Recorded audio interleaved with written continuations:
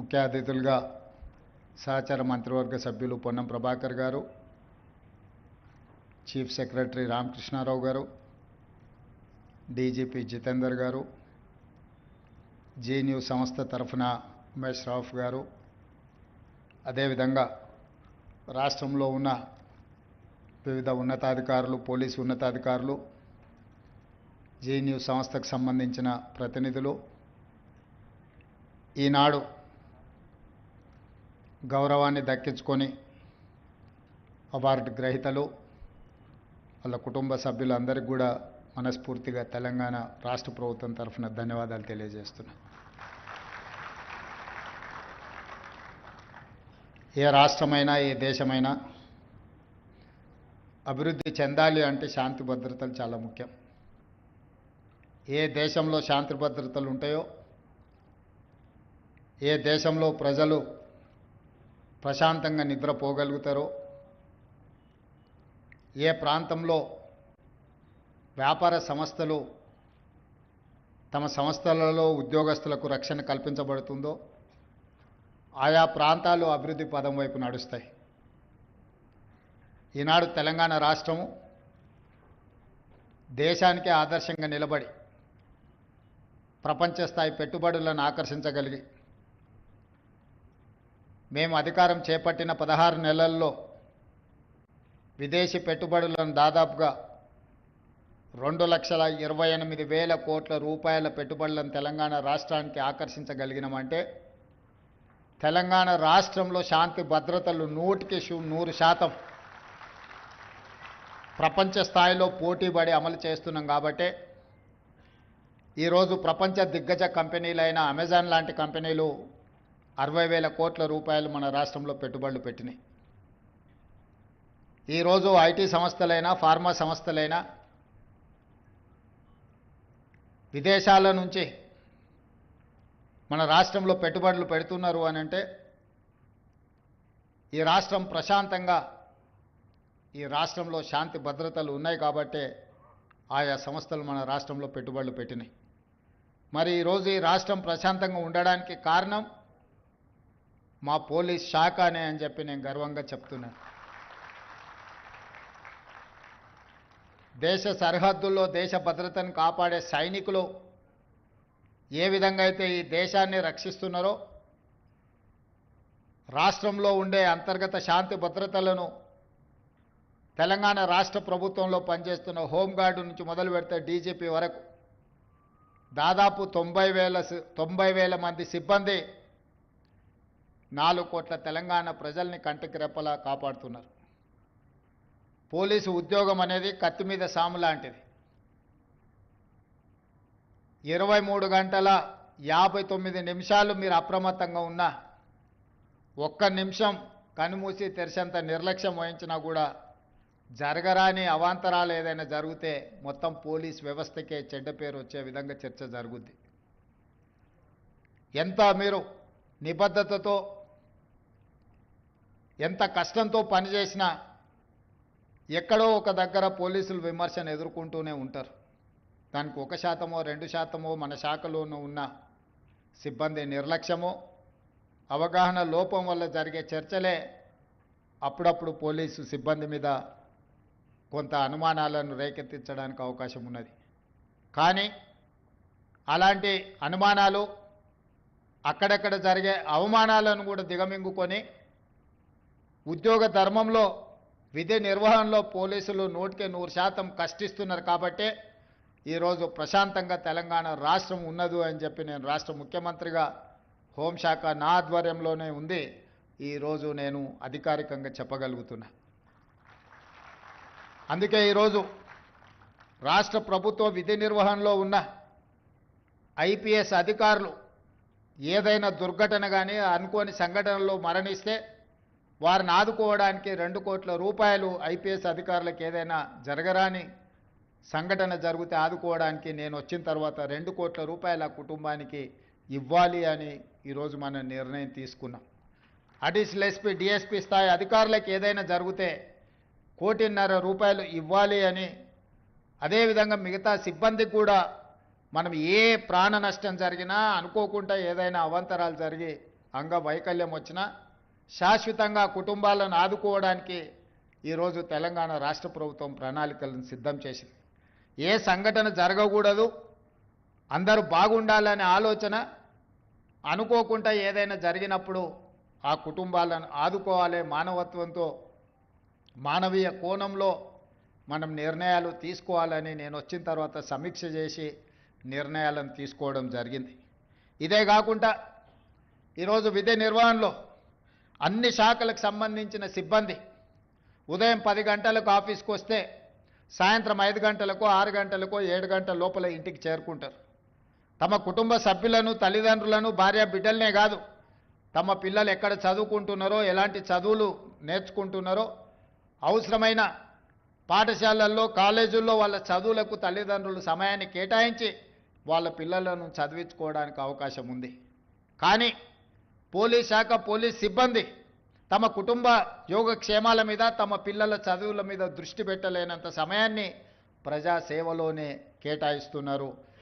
ప్రభుత్వ ఉద్యోగస్తుల్లో 24 గంటలలో 18 గంటలు నిరంతరం పనిచేసే శాఖ ఏదైనా ఉన్నది అనంటే అది పోలీస్ శాఖనే.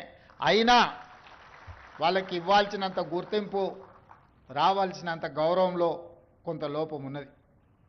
వాళ్ళు నిరంతరం పనిచేసిన వాళ్ళ కుటుంబ సభ్యులు, వాళ్ళ పిల్లల చదువుల మీద ప్రత్యేకమైన శ్రద్ధ చూపించడానికి తల్లిదండ్రులకు అవకాశం లేదు. అందుకే మన ప్రభుత్వం వచ్చిన తర్వాత మీ జీతభత్యాలు, మీ ఉద్యోగ నియామకాలు, మీ రిటైర్మెంట్ బెనిఫిట్స్నే కాదు, మీ పిల్లల భవిష్యత్ కోసం యంగ్ ఇండియా పోలీస్ స్కూల్ని మనం ఈరోజు స్టార్ట్ చేసుకున్నాం. దేశంలోనే ఆదర్శంగా నిలబడాలి. హోంగార్డు నుంచి డీజీపీ వరకు మీ పిల్లల చదువులు కార్పొరేట్ విద్యలో, కార్పొరేట్ సంస్థలతో పోటీ పడే విధంగా తీర్చిదిద్దాలి అని మంచిర్యాలలో అత్యంత ఖరీదైన ప్రాంతం,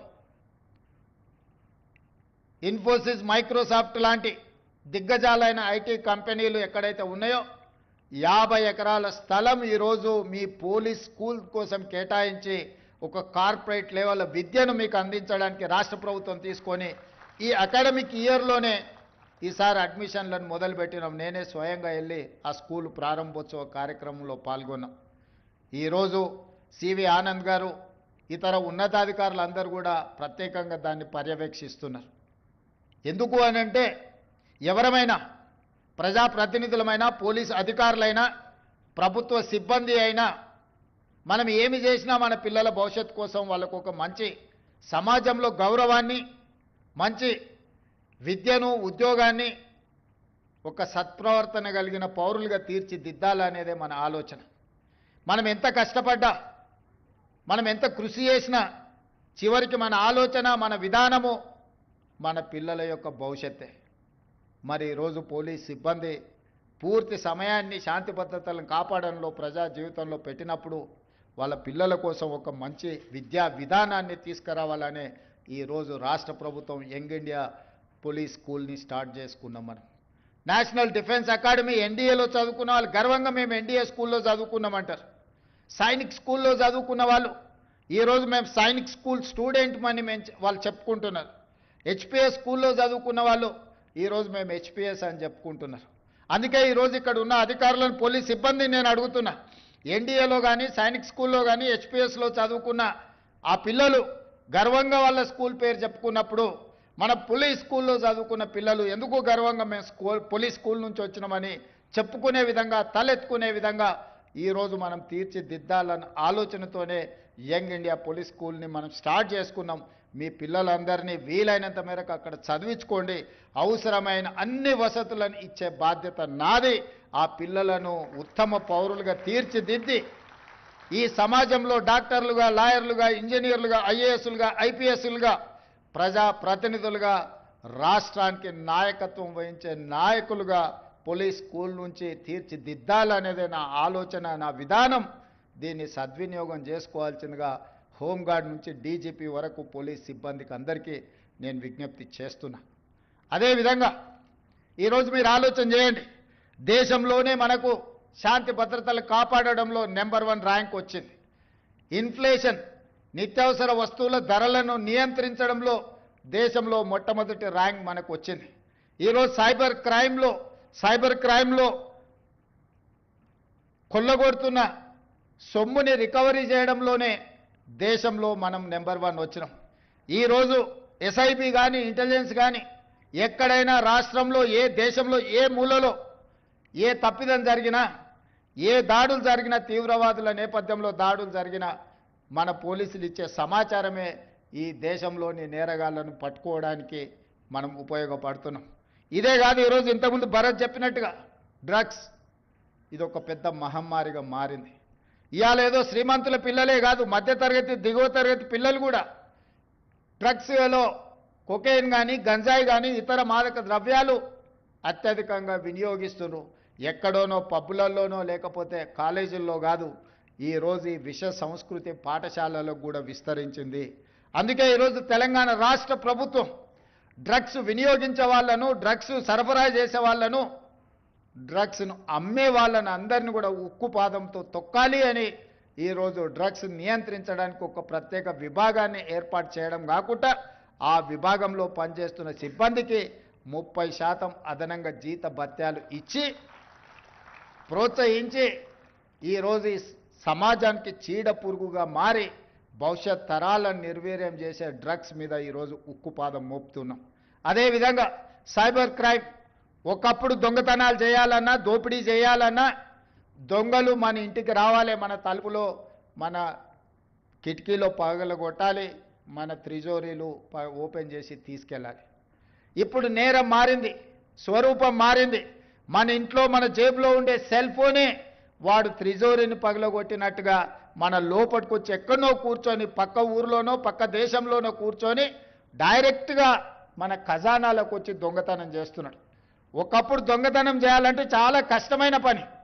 తలుపులు బద్దలు కొట్టాలి, లేకపోతే ఇంట్లో ఉన్న వాళ్ళ తలలు పగల కొడితే కానీ దొంగతనం చేసే అవకాశం ఉండేది కాదు దొంగలకు. ఈరోజు ఏమీ లేదు, నీ జేబులో ఉన్న సెల్ ఫోన్లకు ఒకసారి దూరితే చాలు నీ దగ్గర ఉన్న ఖజానాన్ని మొత్తాన్ని కొల్లగొట్టే పరిస్థితులు వచ్చినాయి. నేరం మారింది, నేరగాళ్ళు మారిండ్రు. మరి నేరం మారినప్పుడు, నేరగాళ్ళు మారినప్పుడు, నేర విధానం మారినప్పుడు పోలీసు వ్యవస్థలో కూడా సమూలమైన మార్పులను తీసుకొచ్చి దానికి తగ్గట్టుగా దొంగలకు తగ్గట్టుగా దొంగలను నియంత్రించే విధంగా పోలీసు వ్యవస్థను ఈరోజు తీర్చిదిద్దుకోవాలనే ఈరోజు సైబర్ క్రైమ్ విభాగాన్ని కూడా మనం బలోపేతం చేసినాం. అందుకే ఈరోజు దేశంలో ఎక్కడ ఏది జరిగినా మన సైబర్ క్రైమ్ డిపార్ట్మెంట్ ఈరోజు దేశానికి ఆదర్శంగా నిలబడే విధంగా ఈరోజు నేరగాళ్లను పట్టుకునే ప్రయత్నం చేస్తున్నాం. కానీ ఇది ఏదో ఒక రోజు ఒక గంట పనిచేస్తే కాదు, నిరంతరం 24 గంటలు అప్రమత్తంగా ఉండాలి. డ్రగ్స్ విషయంలో, సైబర్ క్రైమ్ విషయంలో ఈరోజు పోలీసులు ఇంకా నైపుణ్యాన్ని నేర్చుకోవాల్సిన అవసరం ఉన్నది. నేరం జరిగిన తర్వాత పట్టుకోవడం కాదు, నేరం జరగకుండా నియంత్రించాల్సిన బాధ్యత కూడా మన మీదనే ఉన్నది. నేరం జరిగిన తర్వాత పట్టుకోవడం కంటే నేరం జరగకుండా నియంత్రించడంలోనే మనం విజయం సాధించాల్సిన అవసరం ఉన్నది. ఆ దిశగా మన పోలీస్ వ్యవస్థను మన అధునాతనీకరించుకోవడమే కాకుండా దీన్ని అభివృద్ధి చేసుకోవాలి. సాంకేతిక నైపుణ్యాన్ని మనం సాధించుకోవాల్సిన అవసరం ఉంది. ఆ దిశగా పోలీసు ఉన్నతాధికారుల నుంచి హోంగార్డ్ వరకు సేవలు అందించాలి. ఈరోజు ఆ విధంగా విధి నిర్వహణలో అద్భుతంగా ఎవరైతే పనిచేసిండ్రో ఆ సిబ్బందిని అందరిని కూడా సన్మానించడం అనేది, మనందరం వాళ్ళని గుర్తించడము, ఈ రాష్ట్ర ప్రభుత్వం ఈ పోలీస్ శాఖ మొత్తం మీకు అండగా నిలబడుతుంది, మిమ్మల్ని వెన్ను తడుతుంది, మీరు చేసిన మంచి పనిని అభినందిస్తుందని సందేశాన్ని ఇవ్వడం కోసమే ఈరోజు ప్రత్యేకంగా నేను ఈ కార్యక్రమంలో పాల్గొన్నాను. ఎందుకంటే ఈ ప్రభుత్వంలో పనిచేసే ప్రతి ఉద్యోగిని గౌరవించాల్సిన బాధ్యత, వాళ్ళ హక్కులను కాపాడవలసిన బాధ్యత ఈ తెలంగాణ రాష్ట్ర ముఖ్యమంత్రిగా నా మీద ఉన్నది.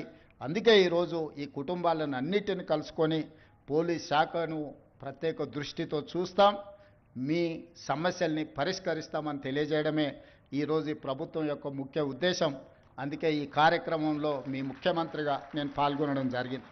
అదేవిధంగా అప్పుడప్పుడు కొన్నిసార్లు పొద్దున్నే పేపర్లు చూడంగానే కొన్ని సర్ప్రైజ్ వార్తలు కనిపిస్తుంటాయి. ఈరోజు ఉదయం పేపర్ తెరవంగానే ఇక సమరమే అని ఒక వార్త చదివిన. ఎవరయ్యా వీళ్ళు, ఏమన్నా మన రాష్ట్రానికి సంబంధించిన వాళ్ళు కాదేమో, ఇంకెవరైనా మన మీద సమరం ప్రకటించారని చదివితే ప్రభుత్వ ఉద్యోగాల సంఘాల నాయకులని కింద పేర్లని చదివిన. నేను దయచేసి ఉద్యోగ సంఘాల నాయకులకు విజ్ఞప్తి చేస్తున్నా, ఈ రాష్ట్రం మీది, ఈ ప్రభుత్వం మీది. మీరందరు కలిసి ఎన్నుకుంటేనే మేము అందరం ఇక్కడ ఉన్నాం. ఈరోజు ప్రజలు, ప్రభుత్వ ఉద్యోగస్తులు కావచ్చు, ప్రజాప్రతినిధులు కావచ్చు, మన అందరం కలిస్తే 2%. ప్రభుత్వంలో పనిచేసే ప్రతి ప్రభుత్వ ఉద్యోగి లెక్క కడితే 3.5 లక్షలు ఉంటారు దాదాపుగా.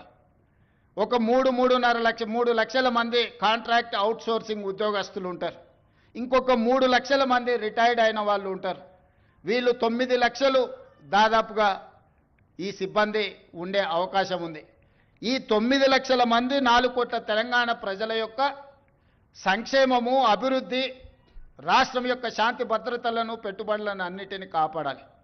ఈ 3%, 2.5-3% ప్రజాప్రతినిధులు కావచ్చు, ప్రభుత్వ ఉద్యోగులు కావచ్చు, రిటైర్డ్ ఉద్యోగస్తులు కావచ్చు, కాంట్రాక్ట్ ఉద్యోగులు కావచ్చు, లేకపోతే అవుట్సోర్సింగ్ ఉద్యోగస్తులు కావచ్చు, వీళ్ళందరికీ జీత భత్యాలు ఇచ్చి ప్రభుత్వంలో పనిచేసే వాళ్లకు 35 సంవత్సరాలు, ప్రజాప్రతినిధులకు ప్రతి 5 సంవత్సరాలకు ఒకసారి ప్రభుత్వాలను ఎన్నుకునే విధం ప్రజలు మనకు అవకాశం ఇస్తారు. ఈరోజు మీరు ప్రకటించిన సమరం 98% ప్రజల మీద నేను అడగదలుచుకున్న ఉద్యోగ సంఘస్థులు. ఇవాళ ప్రతి ఉద్యోగి 10 సంవత్సరాలు తెలంగాణ రాష్ట్రంలో ఏనాడు 1వ తారీఖు నాడు జీతాలు తీసుకోవాలి. ఇక్కడనే మీరున్నారు. మీరు ఒక్కసారి ఆలోచన చేయండి, గుండెల మీద చేయబెట్టుకొని. తెలంగాణ రాష్ట్రం ధనిక రాష్ట్రంగా ఏర్పడి 72,000 కోట్ల రూపాయల అప్పు ఆనాడు, ఇప్పుడే నేను రామకృష్ణారావు గారిని అడిగిన, దాదాపుగా 9 సంవత్సరాల నుంచి ఫైనాన్స్ సెక్రటరీగా వారే పనిచేస్తున్నారు. తెలంగాణ రాష్ట్రం వచ్చినప్పుడు మనం కడుతున్న అప్పు అసలు మిత్తి ఎంత అంటే నెలకు 500-600 కోట్ల రూపాయలు సార్. సంవత్సరానికి ఒక 6,000 నుంచి 6,500 కోట్ల రూపాయలు మనం అప్పు కట్టేది తెలంగాణ రాష్ట్రం జూన్ 2, 2014 నాడని రామకృష్ణారావు గారు చెప్పారు. ఇప్పుడు నేను అడిగిన ఇప్పుడెంత కడుతున్నామని అంటే 16 నెలలు, డిసెంబర్ 7, 2023 నుంచి మార్చి 31, 2025 నాటికి 1,52,000 కోట్ల రూపాయల అప్పులు అసలు మిత్తి కట్టినాం సార్. మనం తెచ్చిన అప్పు 1,58,000 కోట్లు. 1,58,000 కోట్లు 16 నెలల్లో మనం అప్పు తెస్తే పోయినైనా చేసిన అప్పుకు అసలుకు మిత్తికి కలిపి 1,52,000 కోట్ల రూపాయలు మనం కట్టినాం సార్. తెచ్చిన ఏ ఒక్క రూపాయి కూడా ప్రజా సంక్షేమానికో, ప్రభుత్వ ఉద్యోగస్తుల కోసం మేము ఆడలేదు. 8,29,000 కోట్ల రూపాయలు ఆయన పెట్టిపోయిన బకాయిలకు ఈ తెచ్చిన సొమ్మంతా అక్కడనే చెల్లించినాం సార్ అని రామకృష్ణారావు గారు ఈరోజు చీఫ్ సెక్రటరీ గారు నాకు వివరించారు. అదే కాకుండా ఈరోజు ఎంత కడుతున్నాము అని అంటే నెలకు 7,000 కోట్ల రూపాయలు అసలు మిత్తి కట్టాల్సిన పరిస్థితి ఉన్నది సార్.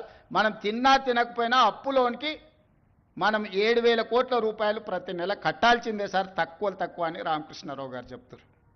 తెలంగాణ రాష్ట్రం వచ్చిన రోజు 500 నుంచి 600 కోట్ల రూపాయలు ఉన్న అప్పు ఈరోజు రేవంత్ రెడ్డి ముఖ్యమంత్రిగా పదవి చేపట్టిన 16 నెలల్లో 1,52,000 కోట్ల రూపాయలు మొదటి 16 నెలల్లో కట్టినామంటే యావరేజ్గా 9,000 నుంచి 10,000 కోట్ల రూపాయలు ప్రతి నెల అసలు మిత్తి నేను కట్టిన. కట్టుకుంటూ వచ్చినందుకు కొంత అప్పు భారం తగ్గి కొత్త అప్పులు నేను ఎక్కువ చేయకపోవడం వల్ల ఈరోజు 7,000 కోట్ల రూపాయలు ప్రతి నెల నేను కట్టాల్సిందే. ఇదే కాదు, మీ ప్రభుత్వ ఉద్యోగస్తులు 58 ఏళ్ల నుంచి 61 సంవత్సరాలకు మీ పదవీ కాలాన్ని పొడిగించారు. దాంట్లో మీరు అనుకున్నారు మీ పదవీ కాలాన్ని ఎక్కువ ఇచ్చిందని. రిటైర్మెంట్ బెనిఫిట్స్ ఇవ్వాల్సి వస్తుందని 3 ఏళ్ళు పెంచండి. ఇప్పుడు ఈ మధ్యకాలంలో అత్యధికంగా రిటైర్ అయినరు వారు పోతా మీ రిటైర్మెంట్ బెనిఫిట్స్ను మీకు ఇవ్వకుండా బకాయి పెట్టింది ఎంత అంటే 8,500 కోట్ల రూపాయలు. ఈరోజు నెల మీకు జీతాలు ఇవ్వడం ఒక ఎత్తు అయితే రిటైర్డ్ ఉద్యోగస్తులకు 3 లక్షల మందికి పెన్షన్లు ఇవ్వడం రెండో ఎత్తు అయితే రిటైర్డ్ అయిపోయిన ఉద్యోగస్తులకు వాళ్ళ రిటైర్మెంట్ బెనిఫిట్స్ ఏవైతే ఉన్నాయో ప్రావిడెంట్ ఫండ్ కావచ్చు, ఇతర బెనిఫిట్స్ మీరు దాచుకున్న సొమ్మది ప్రభుత్వం కొంత కలిపి మీకు ఇవ్వాలి. దాదాపుగా 9,000 కోట్ల రూపాయలు బకాయిలు పెట్టిపోయింది. ఇవాళ రిటైర్డ్ ఉద్యోగస్తులు ధర్నా చేస్తున్నారు, లేకపోతే మా బెనిఫిట్స్ వస్తలేవని అంటున్నారని కొంతమంది ఏదైతే కొన్ని రాజకీయ పార్టీలు ఆరోపణ చేస్తున్నాయో అవన్నీ మీరు మాకు వారసత్వంగా ఇచ్చిపోయిన మొండి బకాయిలు. ఇవాళ వాటిని ఒక పక్కన క్రోడీకరిస్తూ క్రమబద్ధీకరిస్తూ ఈరోజు గతంలో ఉన్న సంక్షేమ పథకాలు ఏవైతున్నాయో పెన్షన్లు ఆపలేదు, రైతు భరోసా ఆపలేదు, షాదీ ముబారక్ ఆపలేదు, కళ్యాణ లక్ష్మి ఆపలేదు. ఇట్లా చెప్పుకుంటూ వెళ్తే గత ప్రభుత్వం ఇచ్చి సంక్షేమ పథకాలు ఏవైతే కొనసాగించిందో రైతుకి 24 గంటలు ఉచిత విద్యుత్ ఆపలేదు. అదనంగా నేను ఆడబిడ్డలకు ఆర్టీసీలో ఉచిత ప్రయాణం ఇచ్చిన, రైతులకు బోనస్ 500 రూపాయలు పంటకి ఇచ్చిన, 500 రూపాయలకే ఈరోజు నేను సిలిండర్ ఇస్తున్నా, ఫీజు రియంబర్స్మెంట్ ఫీజులు చెల్లించే ప్రయత్నం చేస్తున్నా. ఈరోజు ఇట్లా చెప్పుకుంటూ వెళ్తే ప్రతి 21,000 కోట్ల రూపాయలు సరిగ్గా 6 నెలలు తిరిగే లోపల 15 ఆగస్టు లోపల 25,55,364 మంది రైతులకు 20,617 కోట్ల రూపాయల రైతు రుణమాఫీ చేసి 2 లక్షల రూపాయల వరకు రైతు అప్పు ఉన్న అందరికీ అప్పు నుంచి విముక్తి కలిగించిన. ఆయన పెండింగ్ పెట్టిపోయిన రైతు బంధు 7,625 కోట్ల రూపాయలు వచ్చిన మొదటి 3 నెలల్లోనే నేను చెల్లించిన. అంటే ఈ 15-16 నెలల కేవలం రైతులకే 30,000 కోట్ల రూపాయల నగదు వాళ్ళ ఖాతాలకు బదిలీ చేసిన. ఉచిత కరెంట్ ఆపలేదు. ఇవాళ పేదోళ్ళ ఇళ్లకు 200 యూనిట్లు ఉచితంగా నేను కరెంట్ ఇస్తున్నా. మా ఆడబిడ్డలకు 500 రూపాయలకు సిలిండర్ ఇస్తున్నాం. మా ఆడబిడ్డలకు ఆర్టీసీలో ఉచితంగా బస్సు ప్రయాణం, అమ్మగారింటికి వెళ్ళాలన్నా అమ్మవారిని దర్శించుకోవాలన్నా ఈరోజు ఆర్టీసీకి 5,000 కోట్ల రూపాయలు కట్టి నష్టాలలో ఉన్న ఆర్టీసీని ఈరోజు లాభాల బాటలో నడిపించే ప్రయత్నం చేస్తున్నాం. వెళ్తూ రైతులకు ఉచిత కరెంట్ ఇచ్చినా అన్నాడు. విద్యుత్ శాఖకు దాదాపుగా ఈ ఉచిత కరెంటు పేరు మీద 1,000 కోట్ల రూపాయలు బకాయిలు పెట్టిపోయాడు. ఈ విద్యుత్ శాఖ కోసం సింగరేణిలో బొగ్గు కొన్నాడు. సింగరేణులకు 1,000 కోట్ల రూపాయలు బాకీ పెట్టాడు. ప్రాజెక్టులు కట్టినా అన్నాడు. కాంట్రాక్టర్ల బిల్లులు 50,000 కోట్ల రూపాయలు బకాయి పెట్టిపోయాడు.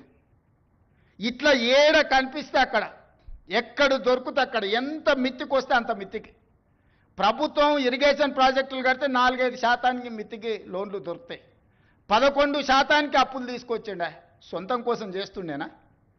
ఇవాళ 11%తోనే అప్పులు తేవడం అంటే ఇంతకంటే దుర్మార్గం ఎక్కడుండదు. మీ పోలీస్ స్టేషన్లలో వస్తాయి.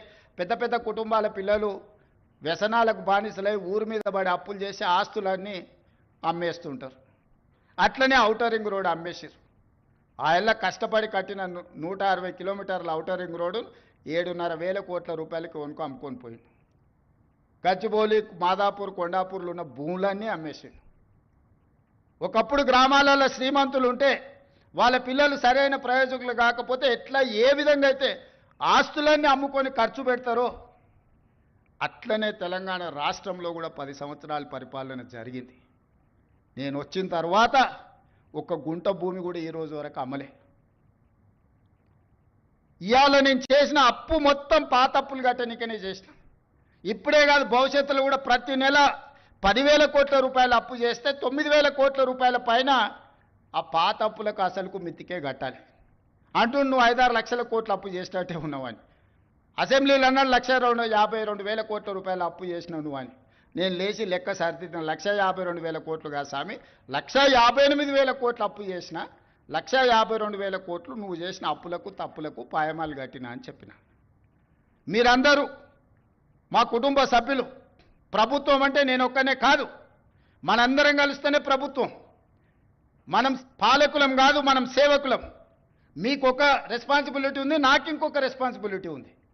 Different designation. హోంగార్డ్కి ఎట్లా బాధ్యత ఉందో, కానిస్టేబుల్కి ఎట్లుందో, హెడ్ కానిస్టేబుల్కి ఎట్లుందో, ఎస్ఐకి ఎట్లుందో, సిఐకి ఎట్లుందో, డిఎస్పీకి ఎట్లుందో, ఎస్పీకి ఎట్లుందో, అప్ టు డీజీ ర్యాంక్ వరకు ఎట్లుందో, ఎలక్టెడ్ రిప్రజెంటేటివ్ పొలిటికల్ ఎగ్జిక్యూటివ్గా మాకు ఇంకొక బాధ్యత ఉంది. కానీ మనందరం కలిస్తేనే పంచాయతీరాజ్, రెవెన్యూ, R&B అన్ని శాఖలు కలిస్తే, పోలీస్ శాఖ కలిస్తేనే ప్రభుత్వం. మరి మీరందరూ ప్రభుత్వంలో భాగస్వాములు, ప్రజలకు జవాబుదారీగా ఉండాల్సిన వాళ్ళు, ప్రజల కష్టాలు ఉన్నప్పుడు ప్రజలను ఆదుకోవాల్సిన వాళ్ళు, ప్రభుత్వం ఆర్థిక ఇబ్బందులు ఉన్నప్పుడు సహకరించాల్సిన ఉద్యోగ సంఘాల నాయకులు ఈరోజు సమరం అని ప్రకటిస్తారు. ఎవరి మీద సమరం చేస్తారు? ఎవరిని మీరు ఈరోజు ఎవరిని నిందించదలుచుకున్నారు? ఎవరిని కొట్టదలుచుకున్నారు? ఎవరి మీద మీరు యుద్ధం ప్రకటిస్తున్నారని నేను సంఘాల నాయకులను అడగదలుచుకున్నా. మీకు బాధ్యత లేదా? 35 సంవత్సరాలు ప్రజలు మన జీత భత్యాలు ఇచ్చి రిటైర్ అయిపోయిన తర్వాత మనకు పెన్షన్ కూడా ఇచ్చి మన కుటుంబాలను ఆదుకుంటున్న 98% ప్రజల యొక్క పెన్షన్లు కానీ, రైతు రుణమాఫీ కానీ, రైతు భరోసా కానీ, ఉచిత కరెంటు కానీ, షాదీ ముబారక్ కానీ, కళ్యాణ లక్ష్మి కానీ, ఆర్టీసీలో ఆడబిడ్డలకు ఉచిత ప్రయాణం కానీ, ఇవన్నీ చేయాల్సిన బాధ్యత ప్రభుత్వ ఉద్యోగ సంఘాల నాయకుల మీద లేదా? ప్రజాప్రతినిధుల మీద మాత్రమే ఉన్నదా? మాకే కాదు, మీకు కూడా వాళ్ళే జీతభత్యాలు ఇస్తున్నారు. మీకు ఉద్యోగాలు ఇచ్చింది కూడా ఈ ప్రజలే కదా. మీకు ఉద్యోగాలు ఇచ్చిన వాళ్ళే మాకు ఉద్యోగాలు ఇచ్చారు. మనందరం కలిస్తేనే ప్రభుత్వం. దయచేసి ఉద్యోగ సంఘాల మిత్రులకు, నాయకులకు నేను విజ్ఞప్తి చేస్తున్నా, ఇది ప్రజాప్రభుత్వం, ప్రజల కోసం పనిచేస్తున్న ప్రభుత్వం. ఏదైనా విషయం ఉంటే చర్చించండి, మాట్లాడుకుందాం. ఈరోజు కూడా నేను స్పష్టంగా చెప్తున్న వేదిక మీద నుంచి, ప్రతి నెల ఈ తెలంగాణ రాష్ట్ర ప్రభుత్వానికి వస్తున్న ఆదాయం 18,000 నుంచి 18,500 కోట్లు. కానీ ప్రతి నెల నాకు కనీస అవసరాలు తీర్చడానికి 22,500 కోట్ల రూపాయలు కావాలి. ఈరోజు మీకు ఇచ్చే జీతాలు కానీ, మీ పెన్షన్స్ కానీ, లేకపోతే ఈరోజు సంక్షేమ పథకాలు కానీ, రాష్ట్రంలో ఉన్న పనులు చేయడానికి 22,500 కోట్ల రూపాయలు కావాలి. 4,000 కోట్ల రూపాయలు ప్రతి నెల ఆదాయం తక్కువ ఉంది. అప్పుడప్పుడు ఆశా వర్కర్లు అంటుంటారు మా జీతం రాలేదని, ఇంకోసారి అంగన్వాడీ వాళ్ళు అంటుంటారు, ఇంకోసారి అవుట్సోర్సింగ్ వాళ్ళు అంటుంటారు. మా రామకృష్ణారావు గారు, మా బట్టి విక్రమార్క గారు చేస్తున్నది ఏంటంటే, ఓ నెల ఈయన కాపీ ఆయనకి ఇస్తుండు, ఒక నెల ఈయన కాపీ ఆయనకి ఇస్తుండు, అడ్జస్ట్మెంట్ బడ్జెట్ పద్మనాభం పనులు చేస్తున్నారు. ఉన్నది 18,500 కోట్లే. 18,500 కోట్లల్లో ఈరోజు 7,000 కోట్ల రూపాయలు అప్పుకు పోయింది. 5,000 నుంచి 5,500 కోట్ల రూపాయలు మీ జీత భత్యాలకు పోయింది. 13,000 కోట్లు పోయిన తర్వాత నా చేతిలో మిగులుతున్నది 6,000 కోట్లు నికరంగా. ఈ 6,000 కోట్ల పెన్షన్ ఇవ్వాలన్నా, వృద్ధాప్య పెన్షన్ ఇవ్వాలన్నా, రైతు రుణమాఫీ చేయాలన్నా, రైతు భరోసా ఇవ్వాలన్నా, షాదీ ముబారక్ ఇవ్వాలన్నా, కళ్యాణ లక్ష్మి ఇవ్వాలన్నా, ఫీజు రియంబర్స్మెంట్ కట్టాలన్నా, ఏమేం పథకాలు చేయాలి? ఈ అన్ని పథకాలు చేయాలంటే నాకు 22,000 కోట్ల చిల్లర కావాలి. ఈ 18,000 నుంచి 18,500 కోట్లలోనే ప్రతిరోజు కూర్చొని రూపాయి మీ జీత భత్యాలు, నెల జీతం వస్తే ఇంటి ఖర్చు ఎంత, పాల ఖర్చు ఎంత, హాస్పిటల్ ఖర్చు ఎంత, పిల్లల ఫీజులు ఎంత, మీరెట్లా ప్రణాళికలు చేసుకుంటున్నారో, ఈ రాష్ట్ర ప్రభుత్వాన్ని నడుపుతున్న నేను కూడా అట్లనే ప్రణాళిక వేసుకొని రూపాయి ఎక్కడ ఉంది, ఎక్కడ ఖర్చు పెంచకుండా దుబారా మొత్తం తగ్గించి, ముఖ్యమంత్రిగా ఎక్కడికి పోయినా నాకు ప్రత్యేక విమానం తీసుకొని పోవచ్చు. ప్రత్యేక విమానం కాదు కదా, మామూలు విమానంలో కూడా ఎకానమీ టికెట్ కొనుక్కొని పోతున్న, విదేశాలు పోతే కూడా ఫస్ట్ క్లాస్ ఏది కావాలన్నా ముఖ్యమంత్రికి ఆ హోదా ఉంటుంది. నేను ఆ టికెట్లు కూడా కొనుక్కోవడం లేదు. చాలా నార్మల్ సామాన్య ప్రయాణికులతో నేను ప్రయాణం చేస్తున్నా. ప్రతి దగ్గర మా ఖర్చులను తగ్గించుకొని, నియంత్రించుకొని, నేను ఎవరికి చెప్పలే ఈరోజు వరకు. ఎందుకు చెప్పలేదంటే అదేదో చెప్పుకుంటే గొప్పలాగా ఉంటే, బాధ్యతగా భావించి దుబారా తగ్గించి ప్రజలకు చేయగలిగింది చేసి, ప్రభుత్వ ఉద్యోగస్తులకు మొదటి తారీఖు నాడు జీతం ఇవ్వకపోతే ఆ కుటుంబాలు ఎట్లా నడుస్తాయని నేను ముఖ్యమంత్రి పదవి చేపట్టిన నా నుంచి రామకృష్ణారావు ఏది ఏమైనా అక్కడ సూర్యుడు ఇక్కడ మొలిచినా మొదటి తారీఖు నాడు మన ఉద్యోగస్తులకు జీతాలు ఇవ్వాలని, ఈ 16 నెలలు మీకు జీతాలు ఇచ్చిన మీరే కదా ప్రత్యక్ష సాక్షి. గతంలో మీకు ఏం కావాలన్నా విడతల వారిగా మీ జీతాలు వచ్చేది. మరి ఇవాళ మీకోసం పనిచేస్తున్నా, ప్రజల కోసం పనిచేస్తున్నా, మీరు వేరు, మీరు మేము అందరం కలిస్తేనే ప్రభుత్వం. నేను స్పష్టంగా ఉద్యోగ సంఘాల నాయకులకు చెప్పదలుచుకున్నా, మీరు వేరే మేము వేరే కాదు. మీరు మేము కలిసి 99% ప్రజలకు మంచి చేయడం కోసం మనం ఇక్కడ ఉన్నాము. మనం సమరం చేయడానికి ఇక్కడ లేం. ప్రజల మీద యుద్ధం చేసిన వాళ్ళు ఎవరు బాగుపడ్డోళ్ళు లేరు. ప్రజలు ఊరుకుంటారా? ప్రజల మీద యుద్ధం చేస్తే ఎవరి మీద యుద్ధం చేస్తారు? ఈ 9 లక్షల మంది ప్రభుత్వ ఉద్యోగులు అందరూ కలిస్తే, మీరు మేము అందరం కలిస్తేనే ప్రభుత్వం. మనందరం కలిసి పనిచేస్తేనే పేదలకు మేలు జరుగుద్ది. రాజకీయ నాయకులు రాజకీయ పార్టీల చేతుల్లో పావులుగా మారకండి అని చెప్పి నేను ప్రభుత్వ ఉద్యోగ సంఘాల నాయకులకు విజ్ఞప్తి చేస్తున్నా. రాజకీయ నాయకులకు ఉంటుంది ప్రభుత్వాన్ని అస్థిరపరచాలని, ఈ ప్రభుత్వాన్ని బద్నాం చేయాలి, ఈ ప్రభుత్వం సాఫీగా నడవద్దని కొన్ని రాజకీయ పార్టీలకు, ఆ నాయకులకు ఉంటుంది. మీరు వాళ్ళ ఉచ్చులో పడి వాళ్ళ చేతుల పావులుగా మారి, వాళ్ళ చేతిలో చురకత్తులుగా మారి ప్రజల గుండెల్లో కూర్చాలనే ప్రయత్నం చేస్తే అది గాయమవుతుంది తప్ప దానివల్ల ఏం లాభం లేదు. నన్ను కోసినా కూడా 18,500 కోట్ల రూపాయల కంటే ఎక్కువ ఆదాయం లేదు. ఏం చేస్తారా నన్ను చెప్పురు ఉద్యోగ సంఘాల నాయకులను అడుగుతున్నా, ఏం చేస్తారు? నన్ను కోసుకుంటే తింటారా? వండుకొని తింటారా? ఏం చేస్తారు? లేదు, ఉన్నదే 18,500 కోట్లు. ఎట్లా వంచుదామో చెప్పండి. ఏది ఆపమంటారో చెప్పండి. వృద్ధాప్య పెన్షన్లు ఆపమంటారా? ఉచిత కరెంట్ ఆపమంటారా? షాదీ ముబారక్ ఆపమంటారా? ఏ ఆపమంటారో చెప్పండి. ఏది ఆపుతారో ప్రజలకు చెప్పండి. అయ్యా మీది ఆపేసి మేము బోనసులు తీసుకుంటాం, మేము జీతాలు పెంచుకుంటాం, మేము అన్ని మేము దినంగా మిగిలితేనే మీకు ఇస్తామని రైతు ప్రజలకు చెప్తా అంటే చెప్పండి, బహిరంగ సభ ఏర్పాటు చేద్దాం, 10 లక్షల మందిని తెస్తా, ఉద్యోగ సంఘాల నాయకులు మాట్లాడండి, మేము ఈ చిట్టి ఇచ్చిన ముఖ్యమంత్రికి దీని ప్రకారం పరిపాలన జరుగుతుంది అనేది ఇదొక మార్గం. లేదంటే 100 రూపాయలు ఉన్న పెట్రోల్ 200 చేద్దామా చెప్పురి. 30 రూపాయలకి ఇచ్చే బియ్యాన్ని 60 రూపాయలు చేద్దామా చెప్పురి. పప్పు ఉప్పు చింతపండు బెల్లం ధరలు 2 చేద్దామా చెప్పురి. ఏది పెంచుదామో చెప్పుండ్రి, ఎక్కడ ధరలు పెంచుదామో చెప్పుండ్రి. ధరలు పెంచకుండా ఉన్న పథకాలను ఆపకుండా కొత్త కోరికలు నెరవేరవు. కొత్త కొత్త కోరికలు కోరుకొని మనము నిరసనలో ధర్నాలో దీక్షలో బందో చేస్తే ఉన్న వ్యవస్థ కూడా కుప్పగూలుతుంది. ఉన్నది కుప్పగూల్చుకుంటే ఇంకా మళ్ళీ తిరిగి తేరుకోవడానికి కూడా ఇంకేం లేదు. ఇంకో దివాలా రాష్ట్రంగా మనం మారుతాము. ఇవాళ మీరు సమరాలు చేస్తే శాంతి భద్రతలు దెబ్బతింటే పెట్టుబడులు ఆగిపోతాయి. పెట్టుబడులు ఆగిపోతే నిరుద్యోగ యువకులకు ఉద్యోగ అవకాశాలు దొరకవు. విద్యా వ్యవస్థ విద్యా సంవత్సరం వృధా అయిపోద్ది ప్రభుత్వ ఉద్యోగస్తులు సహకరించకపోతే.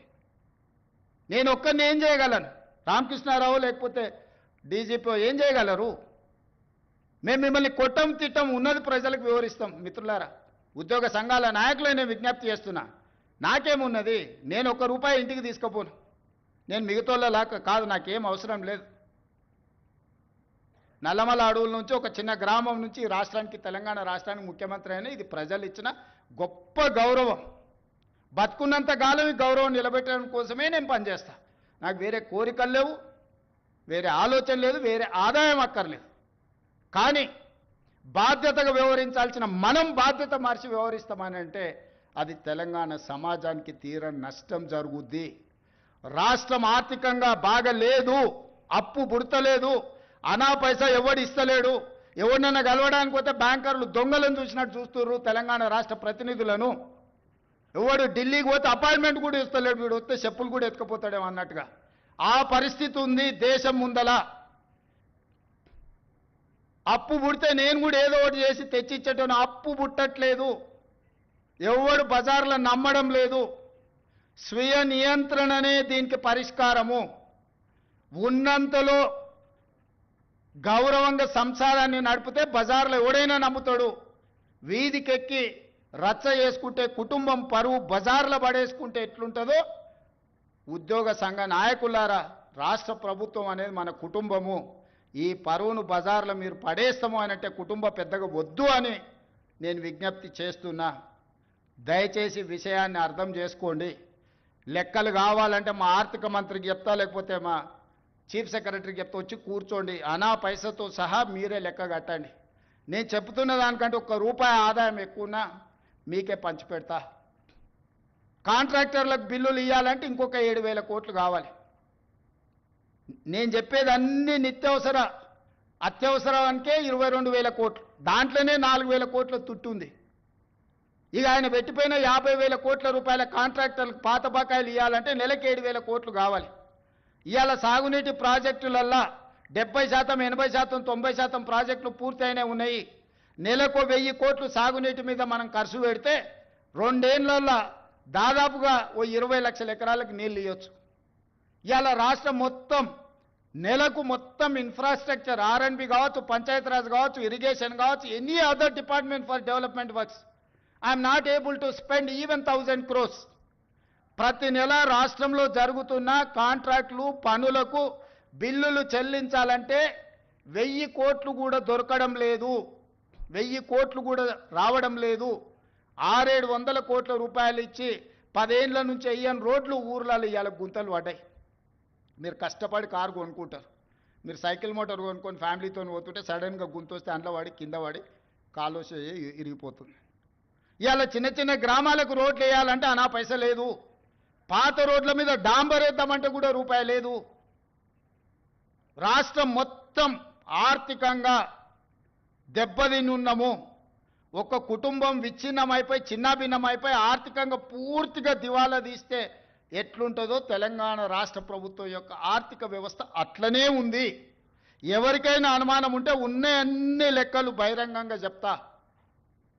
ఉద్యోగ సంఘాలు అందరు రాండి, ఆర్థిక శాఖ అధికారి దగ్గర కూర్చోండి, ఆర్థిక మంత్రి దగ్గర కూర్చోండి. సహకరించండి. నేను ఇవన్నీ ఎందుకు చెప్తున్నా అంటే మిమ్మల్ని సహకరించమని అడగడానికి చెప్తున్నా. మీరు సమరం చేయడం కోసంగా సమరం చేస్తా అంటే ఎవరి మీద చేస్తారు? నేను మళ్ళీ చెప్తున్నా, నన్ను కోసినా కూడా ఇంతకంటే ₹1 ఎక్కువ వెళ్ళదు. బజార్లో ఎవడు నమ్మతలేడు. మొత్తం దివాలా తీసింది. 11% మిత్తికి తెస్తాడే, 3-4%కి రావాల్సినోడు ఎవడన్నా ₹10 మిత్తికి డైలీ ఫైనాన్స్ తెచ్చుకునేటోడు ఉంటాడు చూడు బజార్లో, అంతకంటే ఎక్కువ అధ్వానంగా అప్పులు తెచ్చిపెట్టిండు ఆయన. హ్యాపీగా పోయి ఫామ్ హౌస్లో దుప్పటి కప్పుకొని పండుకు సావునరా మీ సావు అని. 3 నెలలకు ఒకసారి బయటకు వస్తాడు, తిడతాడు, పోతాడు. అది ఫెయిలు, ఇది ఫెయిలు, ఇది ఫెయిలు, అది ఫెయిల్ అని. ఆయనకేముంది? ఆనందంగా ఉంది. ఆ చెప్పేటప్పుడు ఫేస్లో ఎంత ఆనందంగా అనిపిస్తుంది అంటే, రైతు బంధు ఫెయిల్ అనగానే ఆయన ఫేస్లో ఇట్లా బల్బు 1000 వోల్టుల బల్బు వెలిగినట్టుంది. ఎవడైనా బాధపడతాడా? అరే ఏదన్నా తప్పు జరిగింది, ఎవరికైనా రాలేదంటే బాధతో చెప్తాం మనం. ఫీజు రియంబర్స్మెంట్ చేయలేదంటే అయ్యో పాపం పిల్లలు ఫీజులు కట్టకపోతే ఎట్లా, వాళ్ళు చదివి ఎట్లా అని ఒక బాధ ఉంటుంది. జీతభత్యాలు రిటైర్డ్ ఉద్యోగస్తులకు బెనిఫిట్స్ ఇవ్వలేదంటే ఒక కన్సర్న్ ఉంటుంది. అరే నీ అమ్మ ఏందా ఇట్లా అయిపోయిందని. వారి ఫేస్ చూడండి. ఫెయిల్ చెప్పేటప్పుడు ఇది ఫెయిల్, ప్రతి ఫెయిల్ వెనకాల ఒక 1000 వోల్టుల బల్బు వెలిగినట్టు వెలుగుతుంది ఆయన ఫేసు. ఏం పైశాచిక ఆనందము! ఈ విధ్వంసం మీరు చేసిందే కదా, ఈ ఆర్థిక విధ్వంసము.